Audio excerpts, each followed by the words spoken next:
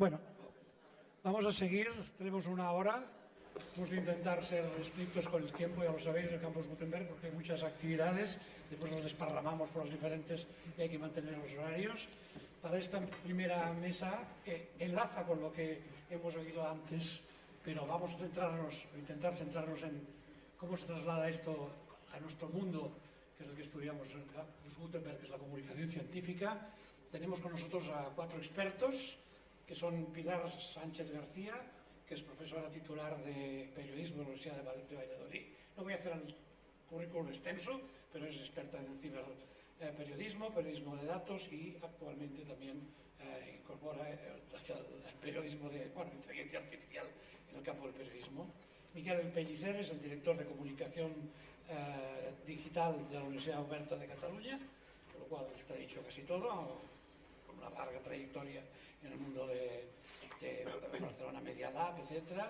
Carla Islas, que es periodista, especializada en ciencia, ex-máster, querida ex-máster, ya llevamos casi 30.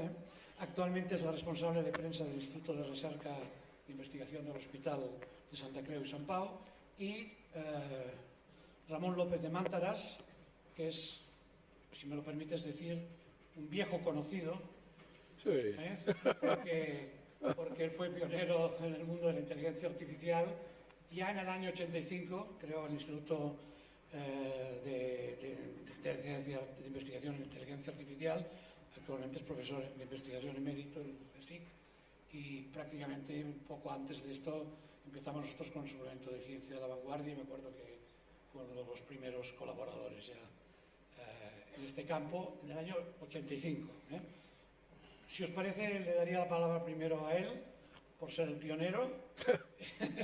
La idea es que cada uno hable 10 minutos, para que tengamos después 20 minutos de interacción o preguntas, y seamos un poco estrictos, por favor.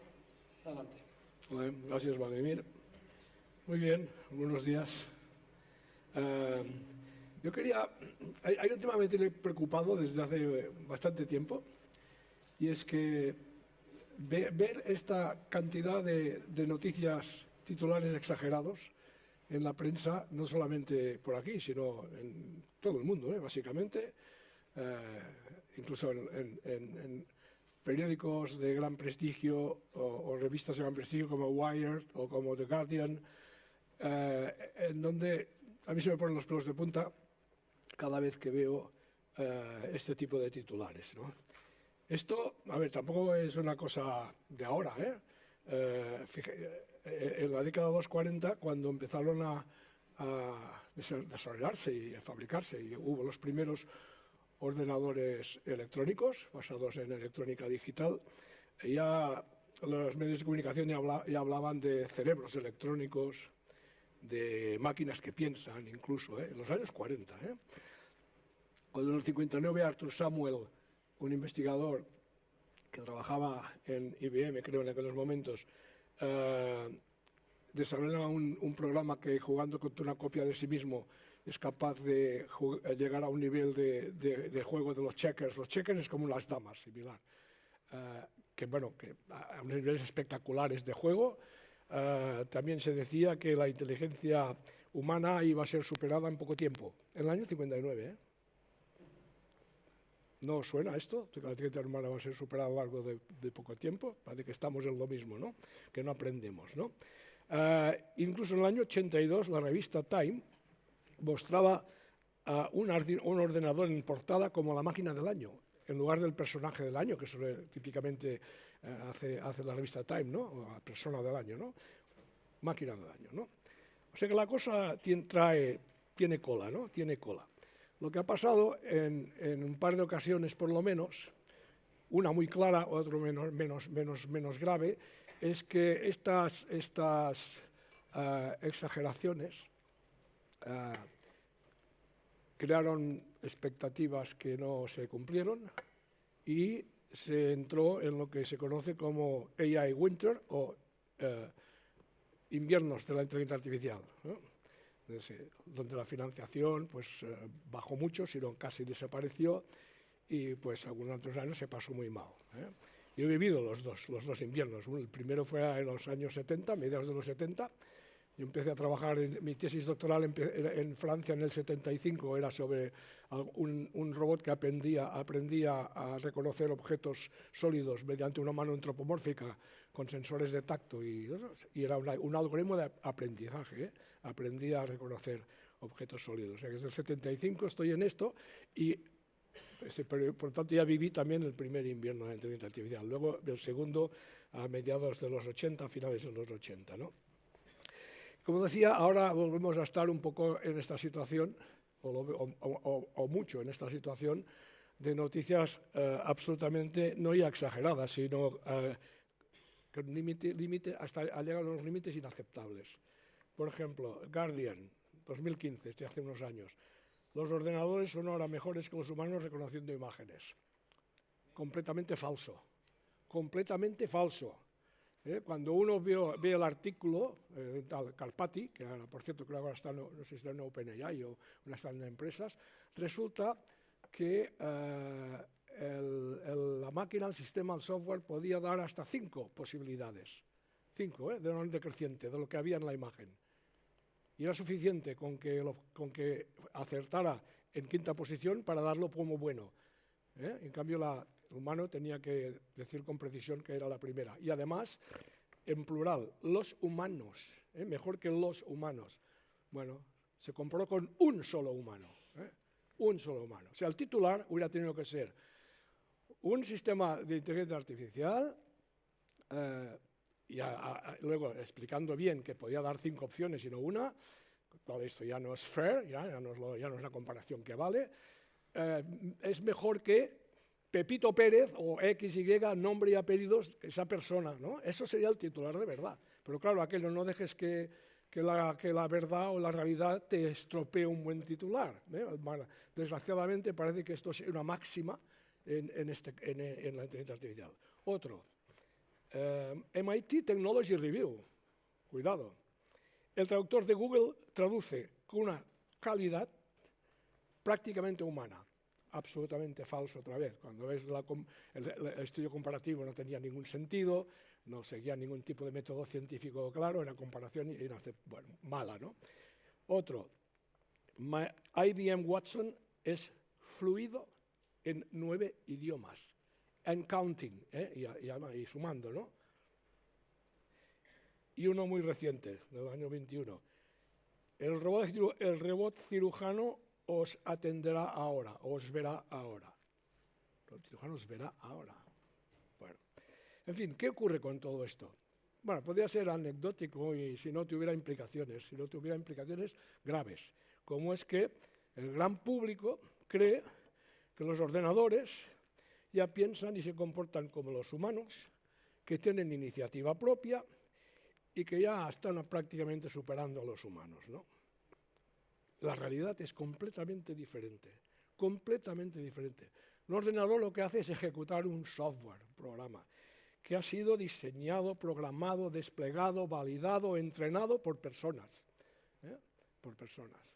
De hecho, hay 2 artículos muy interesantes, uno en Time y otro en Washington Post, que los 2 bastante recientes, que dicen el secreto de la inteligencia artificial, lo que hay detrás de la cortina, detrás de la pantalla.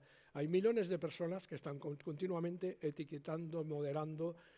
El ChatGPT y compañía no funcionan en absoluto sino estos millones de personas mal pagados, explotados, 2 millones en Filipinas, cobrando el orden de 30, 40, 50 céntimos de dólar la hora, y algunos ni siquiera llegan a recibir el dinero. Porque hay una empresa llamada Scale AI que trabaja ¿para quién? Pues para Meta, para Microsoft, para OpenAI, ¿de acuerdo? Subcontratada, que posibilita, limpiando y preparando todo, que estos sistemas de grandes modelos de lenguaje pues funcionen como funcionan o podamos ver también sistemas como DALL-E y Midjourney, estos que generan estas imágenes. Están millones de personas explotadas de una manera terrible haciendo todo este trabajo.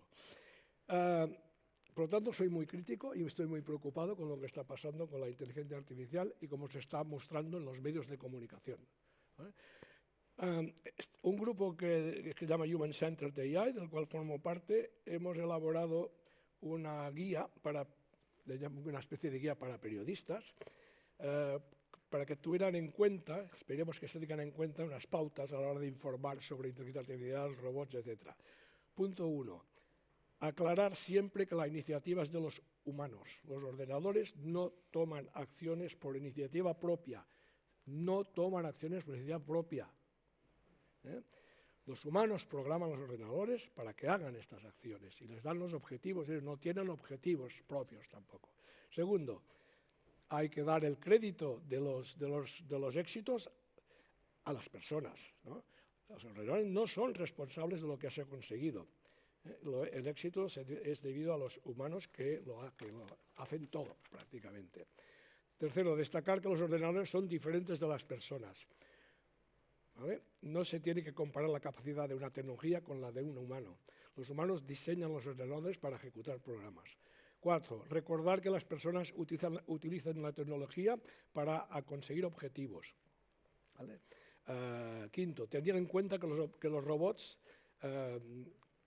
que se parecen humanos, los antropomórficos y compañía, ¿no? Los de Ishiguro, por ejemplo, los geminoides de Ishiguro, todo, pueden inducir a error. Pueden llegar a inducir a error. Y de hecho ahora, con estos fakes vídeos que, voy terminando, sí, que hemos visto últimamente, ¿no? Con Jordi Pujol hablando un inglés perfecto, o yo que sé, Aznar, o no sé si es Aznar o quién, es igual, uno de estos, Feijóo.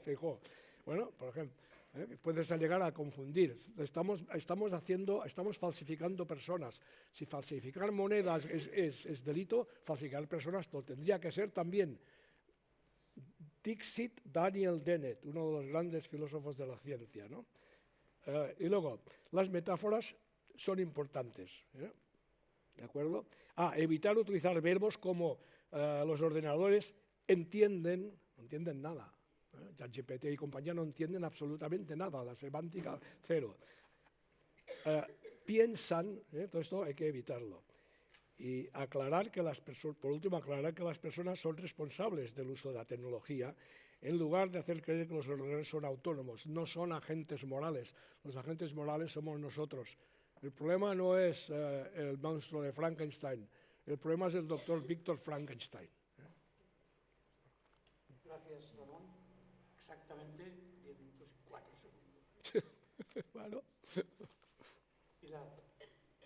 Buenos días, gracias Vladimir. Gracias por la invitación, gracias a Gemma Revuelta por su invitación desde la Pompeu Fabra. Voy a tratar de ajustarme a los 10 minutos. Sí me gustaría decir desde dónde hablo yo de la IA, porque aquí ahora ¿no? hay gente realmente experta que lleva años estudiando y hay gente que estamos ahora en los últimos años investigando la IA, ¿no? Yo he sido periodista 15 años, me pasé a la universidad, la carrera académica está tan dura que tiene la universidad. Y creo que tengo un afán, porque me siento muy periodista, de unir como los dos mundos sin saber muy bien cómo, ¿no? Lo voy averiguando año tras año. Entonces, me interesa mucho la formación de los periodistas y ahora me interesa mucho la IA y trato de que las dos cosas se unan un poco, ¿no? Creo que va a haber una charla que también va a estar Gemma sobre la formación. Creo que es fundamental el concepto de la formación permanente del periodista, a pesar de que el periodismo sigue siendo lo mismo de siempre. Y si deja de serlo, ya no es periodismo, será otra cosa. Pero realmente nos tenemos que adaptar a los cambios tecnológicos que ha habido siempre en el periodismo, ¿no? Considerando siempre la herramienta como un medio y no como el fin del periodismo. Bueno, yo para tratar de aprender me uní con ingenieros de mi universidad. Hicimos un grupo de innovación docente en el que hace 5 años empezamos, pues, ¿qué tenemos en común? Estamos viendo que en las redacciones ya hay cada vez más perfiles híbridos que podemos hacer nosotros en el aula, ¿no? Cuando estamos totalmente, las titulaciones, dándonos la espalda unos a otros y no conseguimos, bueno, ahora con los dobles grados ya está cambiando un poco, pero realmente no conseguimos la interdisciplinariedad más efectiva. Pues nos unimos ingenieros y periodistas y empezamos a hacer una aplicación informativa para universitarios, ellos hacían el software, nosotros el contenido. Luego empezamos a estudiar juntos el Big Data y luego, claro, sin querer nos llegó la IA, ¿no? Y hemos hecho un artículo que ha tenido artículo académico al que le han hecho caso los medios de comunicación, que es poco común, ¿no? Y os voy a hablar un poco de él, pero también quiero deciros que formo parte, y os recomiendo echarle un ojo si no lo conocéis, de la asociación Spain AI, que tiene delegaciones por todas las comunidades y que está integrada por perfiles interdisciplinares muy interesantes. En el grupo de WhatsApp que tenemos nacional no me entero de casi nada cuando hablan los ingenieros, y yo trato un poco de meter la parte del periodismo y la comunicación con este relato tan negativo que Ramón hace muy bien en tirarnos de las orejas, porque lo estamos haciendo en general bastante mal como relato informativo. Claro, si enfocamos esta charla hacia los periodistas científicos, yo os diría, pues sois la esperanza. Sois vosotros la esperanza, porque los periodistas generalistas, yo soy generalista, pues cogemos las cosas con pinzas y no acabamos nunca de profundizar y damos los titulares que ha dicho Ramón, ¿no? Entonces, los periodistas científicos, que supuestamente estáis especializados en algún tipo de conocimiento, en este caso, tenéis que hacer, como nos ha dicho Virginia antes, la labor de formación tan fundamental que tienen que hacer los medios, y en vosotros hay un papel fundamental, que claro, requiere formación previa, aunque no seamos especialistas ingenieros, que nosotros no vamos a desarrollar el software. Yo por lo menos no aspiro a eso, aspiro a comprenderlo, a usarlo y a difundirlo, ¿no? Entonces una charla para periodismo científico, respecto a la IA, yo la titularía de la importancia del relato a su aplicación. Y os voy a contestar, me pongo como 3 ideas guía para no perderme en estos minutos que me quedan. Primero, ¿por qué ha implosionado la IA? ¿Qué ha pasado, ¿no? Cuando nos está diciendo Ramón que realmente él desde la ingeniería lo ha estudiado tantos años, ¿no? ¿Qué ha pasado ahora? Pues ha pasado lo que acaba de contar Ramón con la tecnología de Heijen y el idioma, ¿no? Jordi Pujol o cualquiera, ¿no? O Chiquito de la Calzada contándonos chistes en alemán, ¿no? ¿Qué es lo que ha pasado? Pues el ejemplo de esta semana. Heijen ha sacado la herramienta de traducción a muchos idiomas con la afinidad, calidad y tecnología más avanzada para que la sincronización de labios sea perfecta. Y esto, que lleva usando el mundo del cine desde hace tiempo, nosotros lo descubrimos esta semana. Las primeras noticias llegaron así abiertamente en medios de comunicación esta semana, y a final de semana ya están las redes inundadas de memes. ¿Qué ocurre? Que a la gente le llega una tecnología fácil de usar, gratis en muchas de las demostraciones, luego hay que pagar, y con una calidad increíble y una usabilidad perfecta. Entonces la gente se emociona porque tiene un impacto en la persona, ¿no? Esta es la mejor manera de aprendizaje y de que te lleguen las cosas. Pero claro, llegan como fogonazos. Entonces la gente está un poco perdida, usa la IA, pero no sabe lo que es la IA. Y bueno, dice Ramón, nos ha recordado esta era del invierno de la IA. Ahora hay un libro interesante de Prodigioso Volcán que se titula La primavera de la IA. Y realmente ha implosionado, ¿no? Ha florecido. Lo podemos ver en un sentido negativo, de alarma, o en un sentido positivo. Bueno, realmente lo estamos viendo un poco negativo y alarmados por ese relato que hace la IA en los medios de la IA. Ramón, perdona, es que nos hemos pisado un poco esta visión de crítica de los medios, la verdad. Vamos, que adoro a los medios y adoro el periodismo, pero no lo estamos haciendo bien. Time, no nos tenemos que ir muy lejos, la revista Times ha sacado este año una portada en rojo con el titular The End of the Humanity, con AI en mayúscula, ¿no? El final de la humanidad. O sea, es que es, claro, necesitamos clickbait, necesitamos titulares gancho, necesitamos, pues eso, el robot lo hace por ti, el médico en tu casa, etcétera, etcétera, pero esa no es la realidad, ¿no? Entonces, bueno, nos están dando una imagen antropomórfica, sensacionalista, pues unida a las series disruptivas y apocalípticas, a estas ganas que tenemos después de la pandemia de que todo reviente porque puede ocurrir en cualquier momento, así que vámonos a las Bahamas, esta mente que tenemos ahora, ¿no? Después de la pandemia, ¿no? Bueno, nos están llevando a un debate erróneo y esto nos lleva a la responsabilidad social que decía Virginia, ¿no? Necesitamos mucha más responsabilidad social, cada uno desde la perspectiva en la que trabaje. Nosotros hemos, en ese artículo que os mencionaba, ya para la parte final, es un artículo que hemos hecho con los ingenieros y se titula algo así como el desarrollo, la aplicación de la inteligencia artificial lo tengo por aquí, el título, la aplicación de la inteligencia artificial en los medios de comunicación, y está publicado en la revista académica El Profesional de la Información.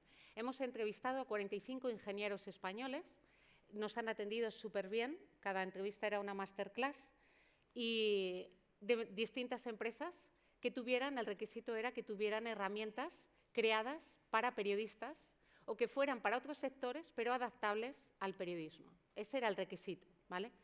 Claro, nos hablan con una calma, una serenidad, un conocimiento, una divulgación, hacen un esfuerzo para que les entendamos. Ha sido maravilloso, os recomiendo ver el artículo porque sacamos un catálogo de 25 empresas con tecnología Made in Spain aplicada a los medios de comunicación. Quiero decir que no hay que irse a empresas extrañas o de fuera de otros países o a las más conocidas, que en España hay ingenieros súper bien formados desarrollando y aplicando mucha tecnología. Y ahí vienen herramientas aplicables a 3 fases del periodismo. Da igual que sea periodismo económico, científico, periodismo generalista. Lo que tratamos de decir con este artículo es que, aunque estemos oyendo y aprendiendo herramientas sueltas y todos intentamos ir a cursos, se están haciendo herramientas, estamos asistiendo a conocimiento de herramientas dispersas, coyunturales para una tarea concreta. Pero en el periodismo debemos aspirar a que la inteligencia artificial la integre en nuestras empresas de manera transversal, para que tengamos un sistema operativo en el que tú tengas ya en tu ordenador, en tu software de tu empresa, en tu gestor de contenidos, herramientas aplicables a la documentación, la verificación, el segundo proceso de producción de contenido y el tercer proceso, por cierto, más relevante, al que más se empeñan los ingenieros en desarrollar o donde ven más beneficios para el periodismo, es la distribución, el engagement y la conexión con la audiencia, para evitarnos el clickbait y llegar a nuestros nichos realmente interesados de audiencia a través del estudio, ¿no?, y las herramientas de la IA. Así que deberíamos aplicar la IA de manera transversal a la producción, a la documentación, verificación, producción, distribución.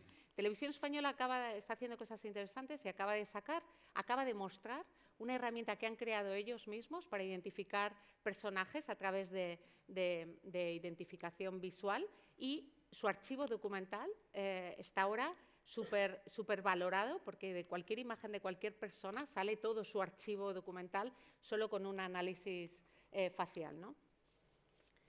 Bueno, pues con estas 3 ideas de por qué le llega a la gente, cómo lo están contando de mal los medios y los periodistas, ¿qué debemos hacer? Debemos aprender cuanto antes que la IA, con todos los matices, la necesidad de regulación, prevención, todo lo que queramos, no se le puede poner puertas al campo, no la podemos parar, como alguien ha dicho, paremos la IA 6 meses, estas cosas.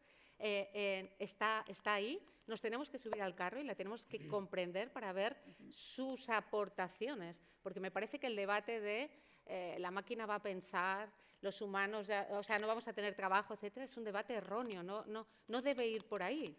No debe ir por ahí. Yo creo que es un debate bastante confuso. Así que nada, os animo a unir 2 cosas con las que empezaba, la formación y la responsabilidad social que tenemos ante este debate tan relevante. Muchas gracias. Muchas gracias, Pilar. Muchas gracias, Pilar. Miquel Pellicer. Sí, yo tengo una presentación. Al final han salido muchos temas de los que me gustaría hablar. El tema de la formación me parece súper relevante. El tema, por ejemplo, del clickbait en los medios también. Porque al final, ¿qué pasa? Los modelos de negocio actualmente de muchos medios tienen que ver con la economía de la atención. Y aquí, de alguna forma, entre desconocimiento, por tanto, necesitamos formación, y entre entender nuevos modelos de negocio, yo creo que es interesante buscar nuevas ideas. Al final estamos en un marco que es enorme. Es un marco en el cual el uso de ChatGPT, por ejemplo, la empresa obtuvo 1 millón de seguidores, 1 millón de usuarios 5 días después que se lanzara. Después hay la encuesta McKinsey que nos advierte que ya el 60% de las organizaciones ya están hablando y están usando inteligencia artificial generativa. Al final vamos a un conjunto enorme de datos que de alguna forma, lo que os decía, ¿no? El uso de ChatGPT es masivo, la adopción de la inteligencia artificial generativa es enorme y de alguna forma ya está provocando cambios diversos. ¿En qué sentido? Cambios, movimientos, contexto. ¿En qué sentido? Hace unos días BuzzFeed, una publicación norteamericana, hizo a través de una de estas inteligencias generativas, Midjourney, hizo el lanzamiento de cómo serían las Barbies a través de diferentes países del mundo. Bueno, tuvieron que despublicarlo, ¿por qué? Porque había sesgos, porque había errores muy claros y de alguna forma esta parte nos induce a que más allá de las alucinaciones, estos sesgos nos hacen de alguna forma ir hacia otro tema que para mí es importante, que es la desinformación a través de la inteligencia artificial. Después hay movimiento interesante. Medios como el New York Times, The Guardian, etc., están prohibiendo, están bloqueando el bot de ChatGPT justamente para que no se pueda entrenar con las noticias. Pero es verdad que en otro movimiento hay esta idea de que de Associated Press, por ejemplo, sí que permite el uso de ChatGPT, pero de alguna forma está cambiando el uso está actualizando el libro de estilo, está actualizando unas nuevas normativas para entender que la inteligencia artificial es un buen aliado, pero no puede sustituir, ni mucho menos, el trabajo de los periodistas. Es fundamental esta dicotomía entre la prohibición y, sobre todo, el uso y el buen uso. Cada vez es más habitual encontrar artículos que ya están utilizando ChatGPT dentro de la autoría. Este es un tema bastante polémico, pero lo cierto es que en los medios de comunicación la generación de imágenes y sobre todo de textos hace mucho tiempo. Los Angeles Times, The Washington Post, The Associated Press, ya pues en 2014, 2016 ya estaban usando esta tecnología. ¿Aquí dónde estamos?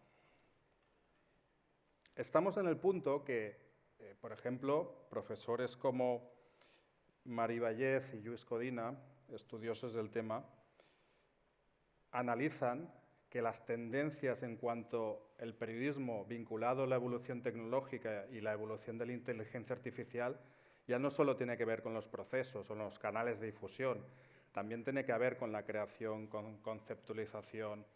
Hay muchos ámbitos de trabajo que se pueden articular en este sentido. Desde el punto de vista de la perspectiva de la inteligencia artificial, me interesan, antes Pilar lo ha dicho, la parte de las competencias de la formación es súper importante. Para mí las perspectivas de la inteligencia artificial en el mundo de la comunicación tiene que ver justamente con competencias, tiene que ver con ámbitos, o sea, oportunidades, y tiene que ver con retos. O sea, ser conscientes de nuestras limitaciones como profesionales y ser conscientes del uso de esta tecnología desde el punto de vista profesional. Me gusta hablar en este sentido, cuando hablamos de competencias, de tres ámbitos. De los hard skills, competencias duras, que son propiamente las que todos como periodistas tenemos, contrastación, investigación, formatos, géneros, etcétera, etcétera. Yo creo que esta parte es fundamental que la tengamos muy insertada en nuestro ADN. Después, obviamente, en este proceso que estamos en la transformación digital, tener competencias sobre multidisciplinariedad, innovación, resiliencia, trabajo colaborativo. Aquí también hablamos de este trabajo, de esta dialéctica entre ingenieros, informáticos, diseñadores, periodistas, comunicadores. Es importante saber trabajar y saber trabajar desde diferentes tipos de proyectos. Y una triple evolución es esta justamente, es decir, las competencias puramente digitales. Estas competencias digitales tienen que ver sobre todo, tienen que ver con muchos campos, pero sobre todo, y lo que estamos hablando aquí, es sobre esta parte de inteligencia artificial y obviamente de cómo podemos desarrollar esta inteligencia artificial. En cuanto a ámbitos clave, estas oportunidades, a veces nos basamos muchísimo pues, en ChatGPT, en esta parte más editorial, pero creo que en esta parte es fundamental entender que la producción de contenidos tiene que ver desde el punto de vista amplio. Audio, vídeos, voz, infografías, multimedia, etcétera. Os animo a explorar, porque en verdad, más allá de ChatGPT, hay muchísimas herramientas, centenares de herramientas para todos los usos. En la UOC, obviamente, la parte académica, la parte de investigación, llevamos tiempo trabajando, pero es obviamente que también en la parte de comunicación, en la parte de marketing, también estamos empezando a implementar pues, estas herramientas. Obviamente, en los medios de comunicación, en las instituciones, el análisis de datos, la detección de noticias desde el punto de vista de la curación de contenidos, yo creo que una de las tareas fundamentales de los periodistas en los próximos años será, delante de este tsunami de información, ser curadores y de alguna forma desarrollar líneas de actuación para sacar el grano de la paja. Obviamente, personalización de la información, lucha contra la desinformación, contra las fake news. Creo que este es un ámbito que la comunicación y la investigación científica tienen que avanzar muchísimo. Visualización de datos, guías de estilo y obviamente lo que ha salido aquí y hemos visto, herramientas como HeyGen nos permiten trabajar en la parte de traducción e idiomas. Pero fijaos que tenemos muchos retos. Tenemos retos de conocimiento y formación, tenemos retos de transparencia, tenemos retos éticos, tenemos retos de derechos de autor y propiedad intelectual, modelos de negocio. Me gusta hablar de esto porque al final también tiene que haber cómo trabajamos el mundo del periodismo y de la comunicación, formatos, perfiles periodísticos y hasta una cuestión básica que ha salido antes en una de las preguntas, la parte de conocimiento abierto. No me quiero extender más porque habrá muchas cosas que con estas personas que estamos aquí, estos profesionales y vosotros, que también os dedicáis a la comunicación científica, yo creo que es interesante pensar en qué actores y qué factores y ámbitos son destacados. Solo una última cosa que vi ayer, de alguna forma que nos permite pensar en humanos y máquinas, ¿vamos hacia la convergencia o vamos hacia la divergencia? Y aquí con este chiste que, bueno, como más inteligente es la inteligencia artificial, seguramente menos quiere hacer nuestro trabajo. Vamos para ahí, vamos a juntar, vamos a converger. Me gustaría también abrir esta parte de debate. Gracias. De hecho, Ramón en una entrevista reciente dice la inteligencia artificial sola no resolverá nada, claro. Serán los humanos, como siempre. Hola, ¿qué tal? ¿Se me oye? ¿Sí? Ah, vale. No, ahora sí, ¿no? Vale. ¿Qué tal? Gracias, Vladimir, y gracias, Gemma, por invitarme a esta mesa, y muchas gracias también a los compañeros de mesa, muy interesante, muchos puntos. Lo que tiene ser la última, ¿no?, es que muchos puntos ya se han ido abordando y me gusta mucho. Ahora, a ver si podemos generar un poco de debate. Yo hablo aquí, como me presentó Vladimir, como responsable de prensa del Instituto de Recerca del Hospital de Sant Pau, pero también compagino este trabajo con la dirección editorial de una página de salud que se llama Vida y Salud, de un canal de televisión de Estados Unidos que es HITN, es un canal dirigido a latinos, un canal público.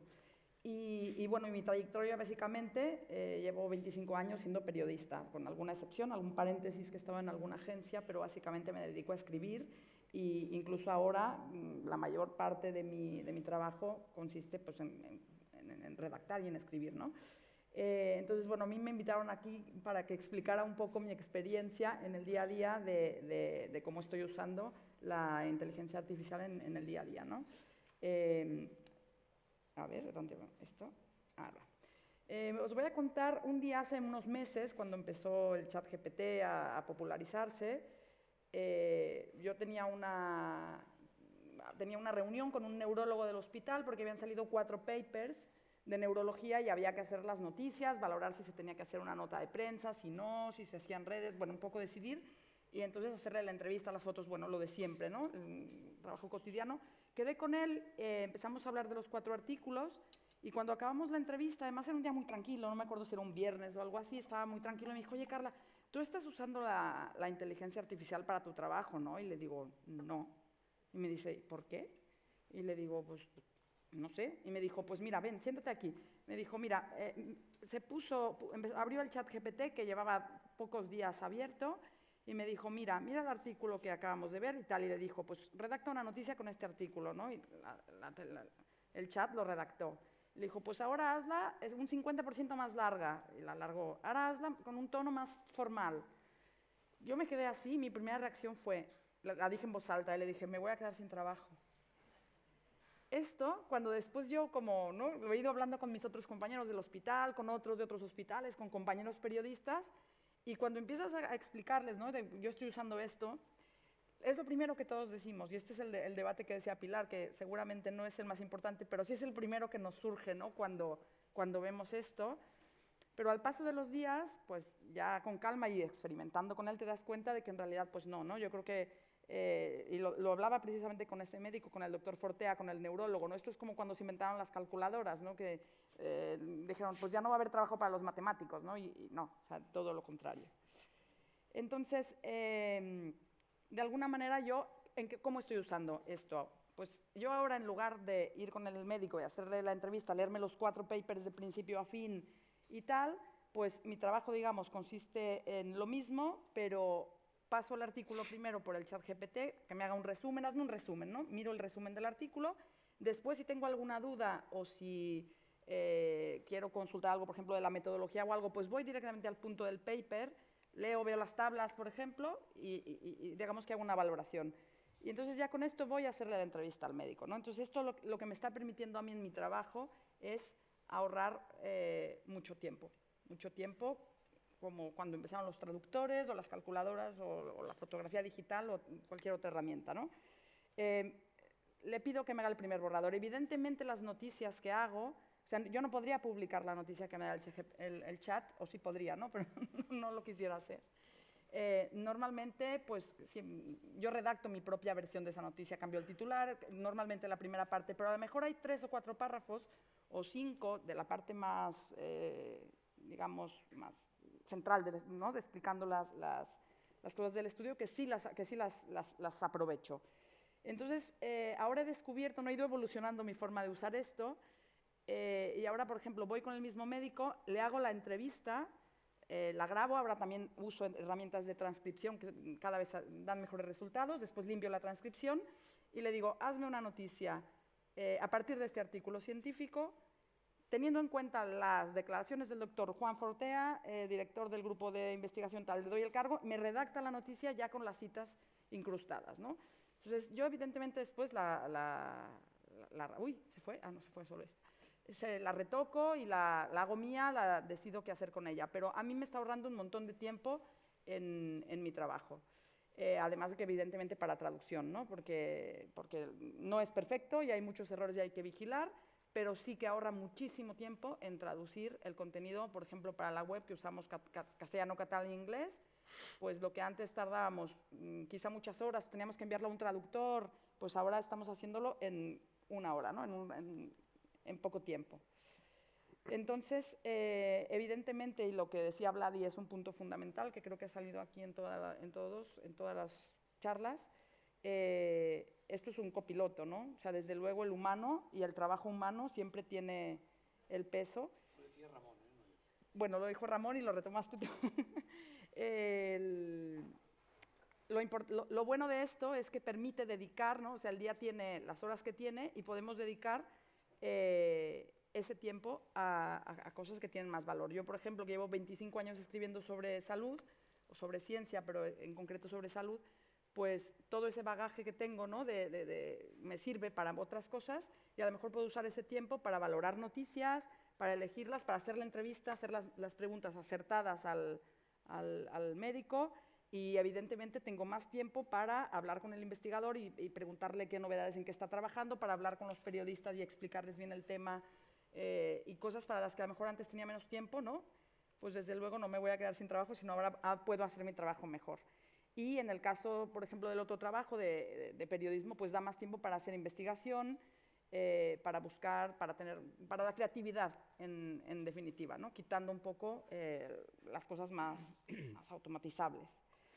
Los desafíos que también han ido saliendo y supongo que saldrán y los iremos debatiendo en todo el Congreso, pues garantizar evidentemente el rigor, la veracidad, evitar los sesgos que de alguna manera se están reproduciendo, ¿no? Ahí tenemos un gran reto muy importante.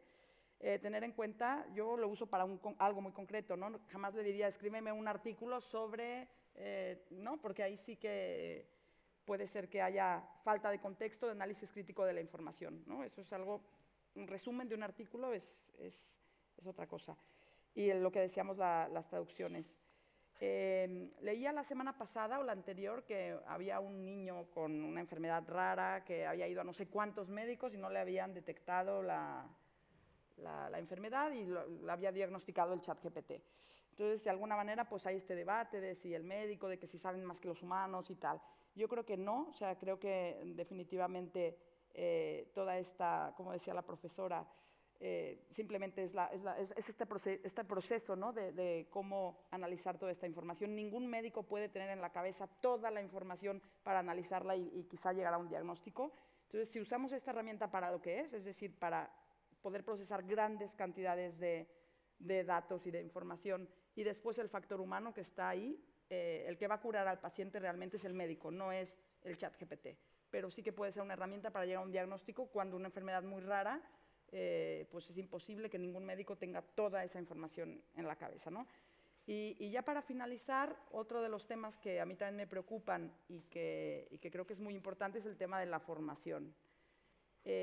También hablando el otro día en un café con otro periodista también del sector que da clases, me decía, Carla, ¿cómo haces ahora para saber que los trabajos de redacción, ¿no? Yo doy un taller de periodismo científico en el máster, me decía, ¿cómo haces para saber que tus alumnos no están haciendo los trabajos con el chat, ¿no? Y le digo, no, yo corrijo lo que me entregan, ¿no? O sea, toda la vida ha habido que alguien ha plagiado trabajos, toda la vida ha habido alguien que le pagaba a otro para que le hiciera. Yo evidentemente no tengo ninguna preocupación en que alguien me entregue un trabajo hecho con el chat. Lo que sí tengo la preocupación, y ya lo hice, aquí hay varios de los alumnos del año pasado, fue desde el año anterior intentar introducir esta herramienta en las clases, ¿no? Para que ellos mismos puedan hacer el ejercicio hicimos una práctica muy, muy curiosa pidiéndole que nos hiciera un artículo de opinión sobre un investigador que también había tenido polémica por publicar no sé cuántos artículos cada día con ayuda de la inteligencia artificial. Un minuto, gracias. Y estuvimos haciendo el ejercicio entre comparar lo que habíamos redactado nosotros en clase con lo que nos hacía el chat, ¿no? Y fue un debate muy interesante. Que evidentemente tiene mucho futuro. Entonces, a mí también lo que me preocupa son las nuevas generaciones, ¿no? Porque yo después de reflexionar llegué a la conclusión de que no me voy a quedar sin trabajo por el chat, pero me preocupa la gente que no tiene realmente toda esta trayectoria detrás que empieza ahora, ¿no? Y que tiene que aprender a usar esta herramienta como un aliado y no como una competencia, entre comillas. Bueno, ya para concluir, en una jornada que hubo hace poco sobre el hackeo al Hospital Clínic, los médicos explicaban pues, que habían tenido que volver a hacer todo a mano, ¿no? Las peticiones de laboratorio, los diagnósticos, las prescripciones, todo.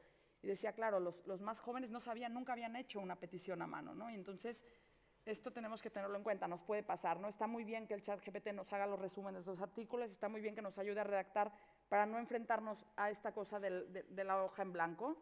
Cuando escribimos es mucho más fácil empezar con 4 párrafos y al borrador a escribir, mucho más rápido, pero es muy importante que desde la formación tengamos este debate y que los alumnos aprendan a usarlo, pero sepan también encontrar un equilibrio, ¿no? entre lo que esto nos puede aportar y los riesgos que nos supone. Y ya está.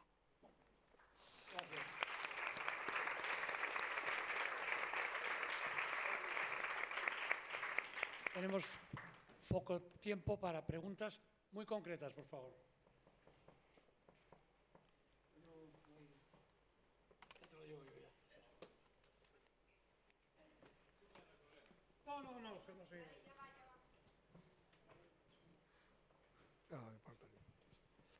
Bueno, primero agradecer la charla de ustedes, ha sido realmente muy interesante. Y me quedé con algún concepto del profesor Ramón López de Mántaras que me dejó una cierta duda, no sé si desde... Creo que era más la expresión de su cara en algunas cuestiones que tienen que ver con hacia dónde va dirigida la inteligencia artificial, o sea, cuál es el futuro de la inteligencia artificial y los miedos que esto genera. No sé, y esto me gustaría que por ahí me lo aclarara un poco más, si esto tiene que ver más con el futuro hacia dónde va la inteligencia artificial o hacia dónde va la comunicación que hacen los periodistas sobre la inteligencia artificial.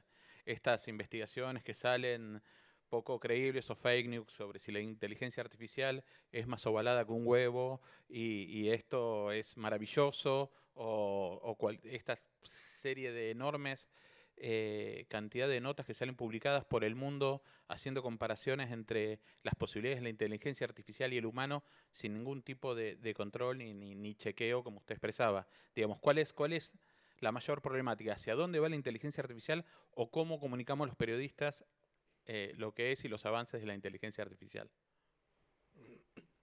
Bueno, ¿hacia dónde va la inteligencia artificial? Bueno, la inteligencia artificial creo que va a ir básicamente por donde queramos nosotros, la sociedad.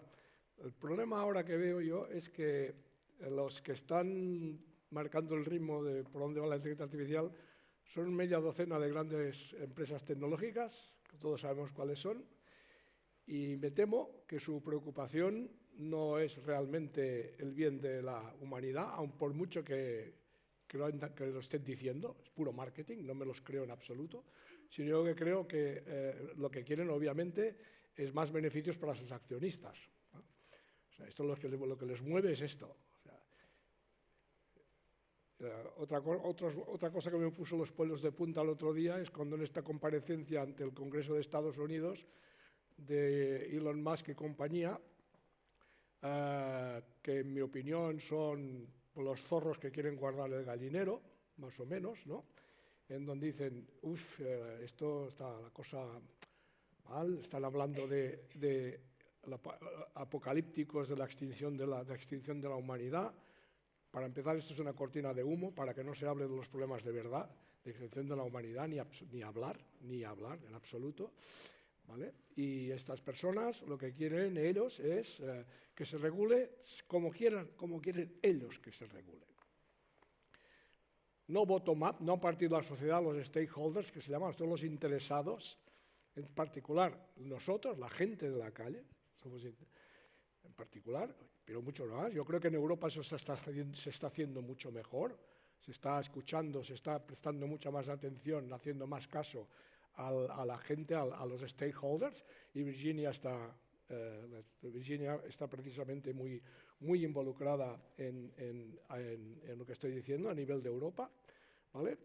Y a mí lo que me preocupa es esto, ¿no? Que va a ir, me temo que puede ir hacia donde van a querer que vayan estos 5 o 6 señores, ¿vale? Esto para mí es un gran problema, es un gran problema. Yo no sé qué hay que hacer.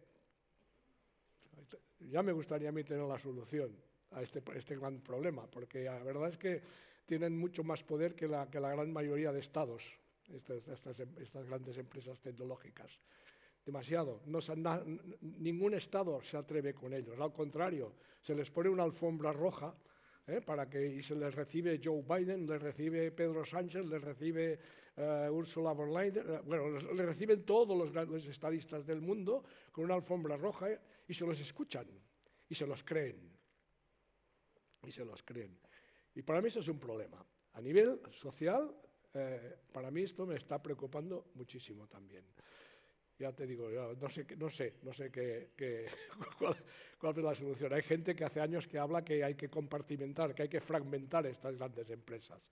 Pero claro, ¿cómo obligas a fragmentar estas grandes empresas para que no tengan tanto poder acumulado? Nos hemos dejado. Me temo que ahora es muy tarde ya. No sé si es demasiado tarde. Dudo que sea reversible la situación en la que estamos. Les hemos dejado crecer demasiado y les hemos dejado tener demasiado poder. No sé qué pasará. ¿Otra intervención? Aquí hay una y allí hay otra.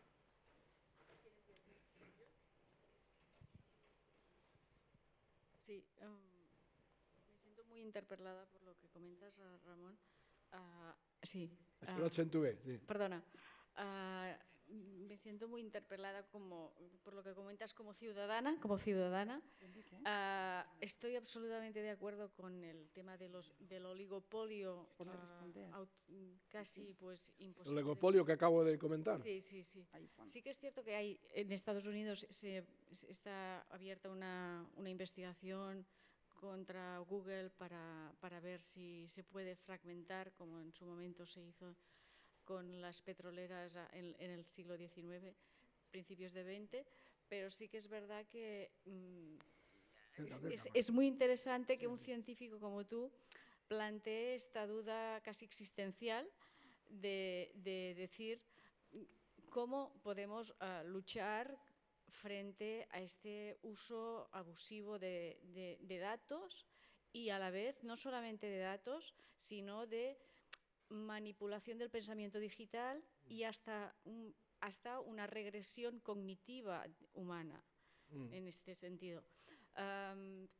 Quizás, aparte de este equilibrio que se ha planteado desde la mesa, que me parece muy interesante, quizás habría que hacer una reflexión mucho más profunda desde las escuelas, no solamente, digamos, aplicando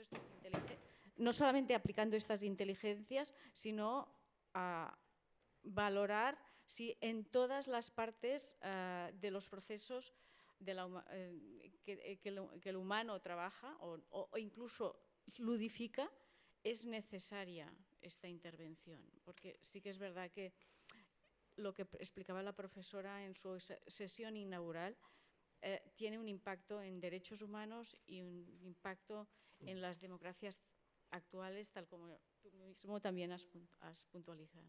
Solamente era compartir contigo esto. Sí, sí, es cierto, sí.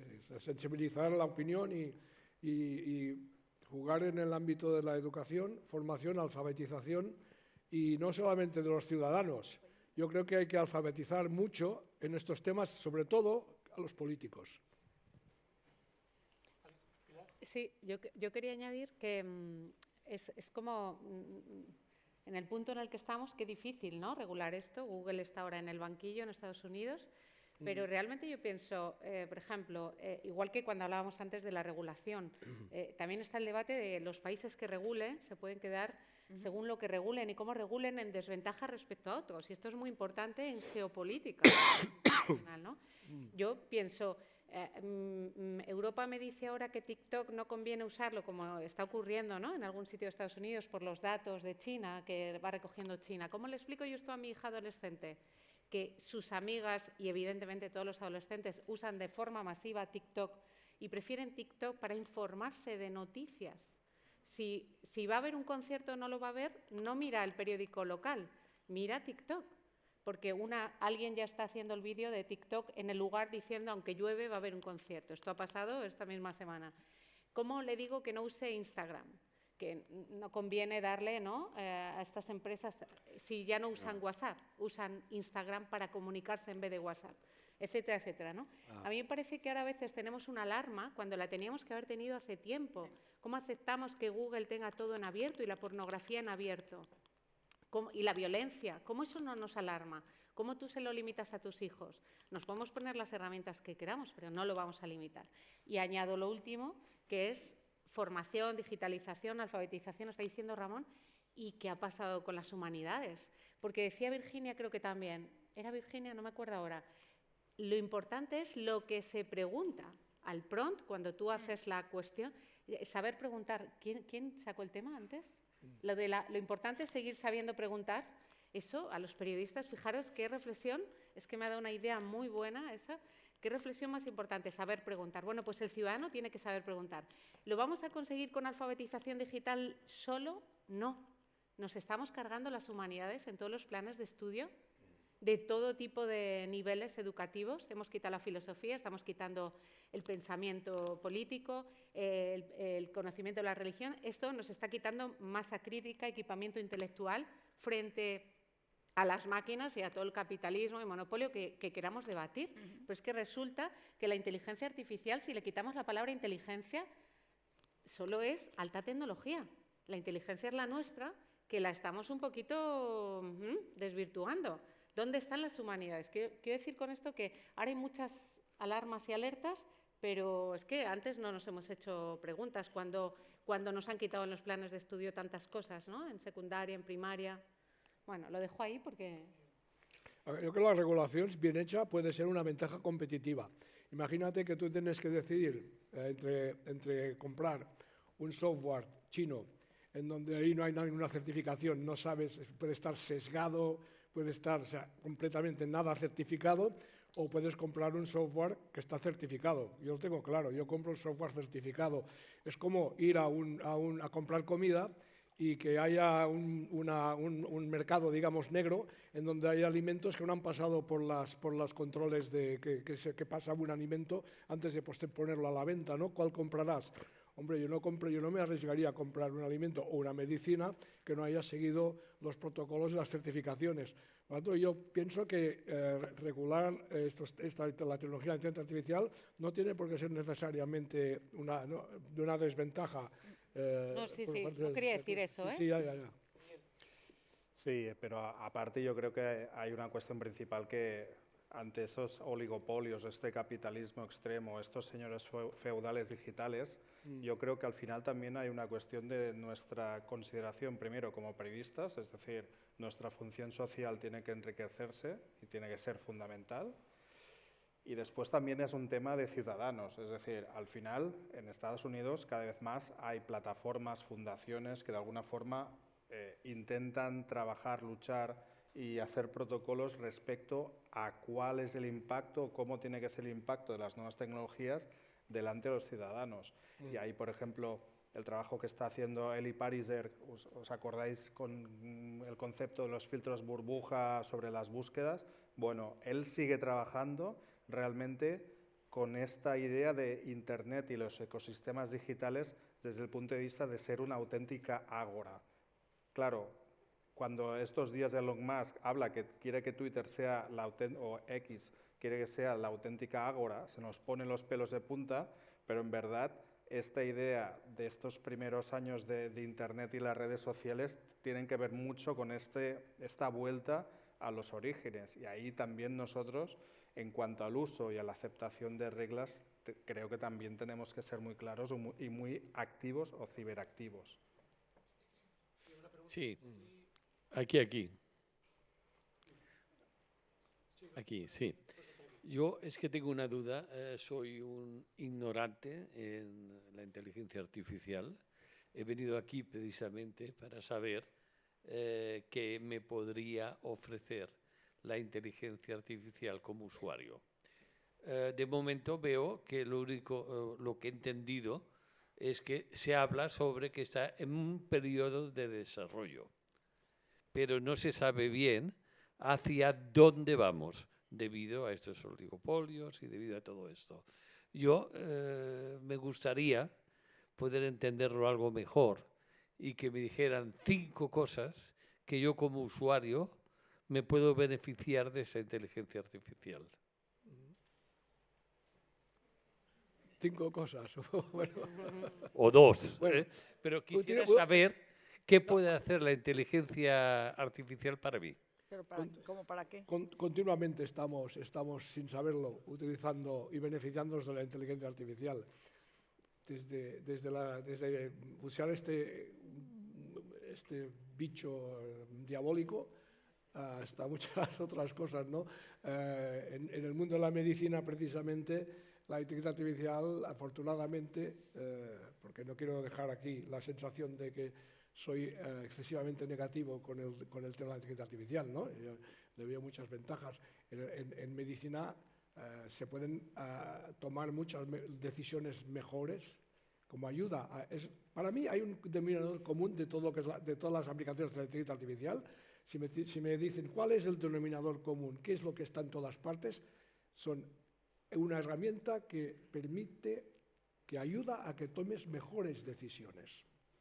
Ya sea desde un diagnóstico médico, a un tratamiento, a comprar algo por internet, en fin. Y esto pues, está por todas partes. No, por eso te digo 5 cosas, 1 o 20, no. Es que es mucho más que esto, ¿no? Porque es en general, cualquier cosa que tenga que ver, cuando vas en coche, por ejemplo, y utilizas el navegador, por ejemplo, ahí también hay algoritmos de inteligencia artificial. O sea que hay, no sé, en fin... Entonces, ¿podríamos decir que es un aglutinador de información que te la ordena y te ayuda a tomar la decisión? ¿Es una base de datos? No, es más que esto, porque hace todo un procesamiento, no simplemente buscar una información en base de datos y que te salga y que hagas un query muy concreto. Lo que tienes es, fíjate que estás haciendo una interacción mucho más natural, con un lenguaje natural, lo que nos explicaba Carla, ¿no? de cuando ella elabora una noticia. Bueno, pues te puede ayudar a, ¿verdad?, un primer borrador, todo, y que hay que andar con mucho cuidado, porque lo que refleja mucho la mediocridad de lo que hay del corpus de entrenamiento. Entonces, muchas veces es todo muy uniforme. Seguramente que puede ser que te des cuenta de que la inmensa mayoría de estas notas de prensa se parecen muchísimo entre ellas, ¿no? Por ejemplo, yo lo he usado, una vez utilicé y nunca más lo usé ya, el ChatGPT para que me ayudara a escribir una carta de recomendación, para un colega para un premio, una cosa en el extranjero. Y bueno, lo usé, me hizo una carta de recomendación, tuve que hacer cambios, pero no estaba mal. Al cabo del tiempo tuve que hacer otra carta de recomendación, pero la segunda carta de recomendación se parecía tanto a la primera, no había nada realmente personalizado allí, ¿no? Y ahora me ha pasado que he recibido cartas de recomendación, gente que me recomienda a mí otros, y lo veo enseguida y digo, esto lo ha escrito ChatGPT. Entonces, ¿qué pasa? Que esta carta de recomendación, ¿qué haces? Clac, clac, y a la papelera.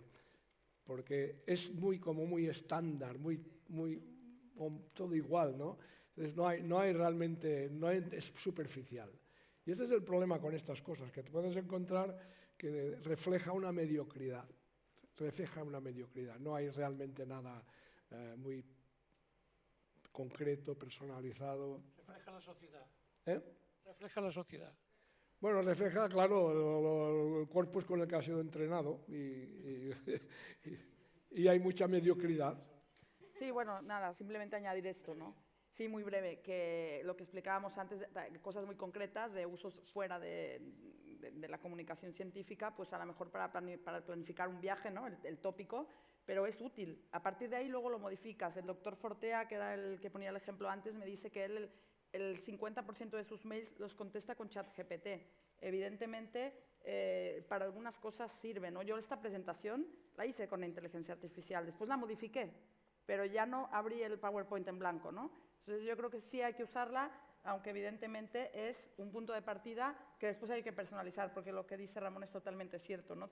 Las noticias que salen de ahí se parecen todas. O sea, pero para esto hay que saber. Exactamente, ahí están los 25 años de experiencia, que es volvemos al punto de la formación. Lo que planteaba Pilar. Y luego yo me di cuenta de que siento mucha más satisfacción conmigo mismo si lo he hecho yo desde cero y me he enfrentado a la hoja en blanco.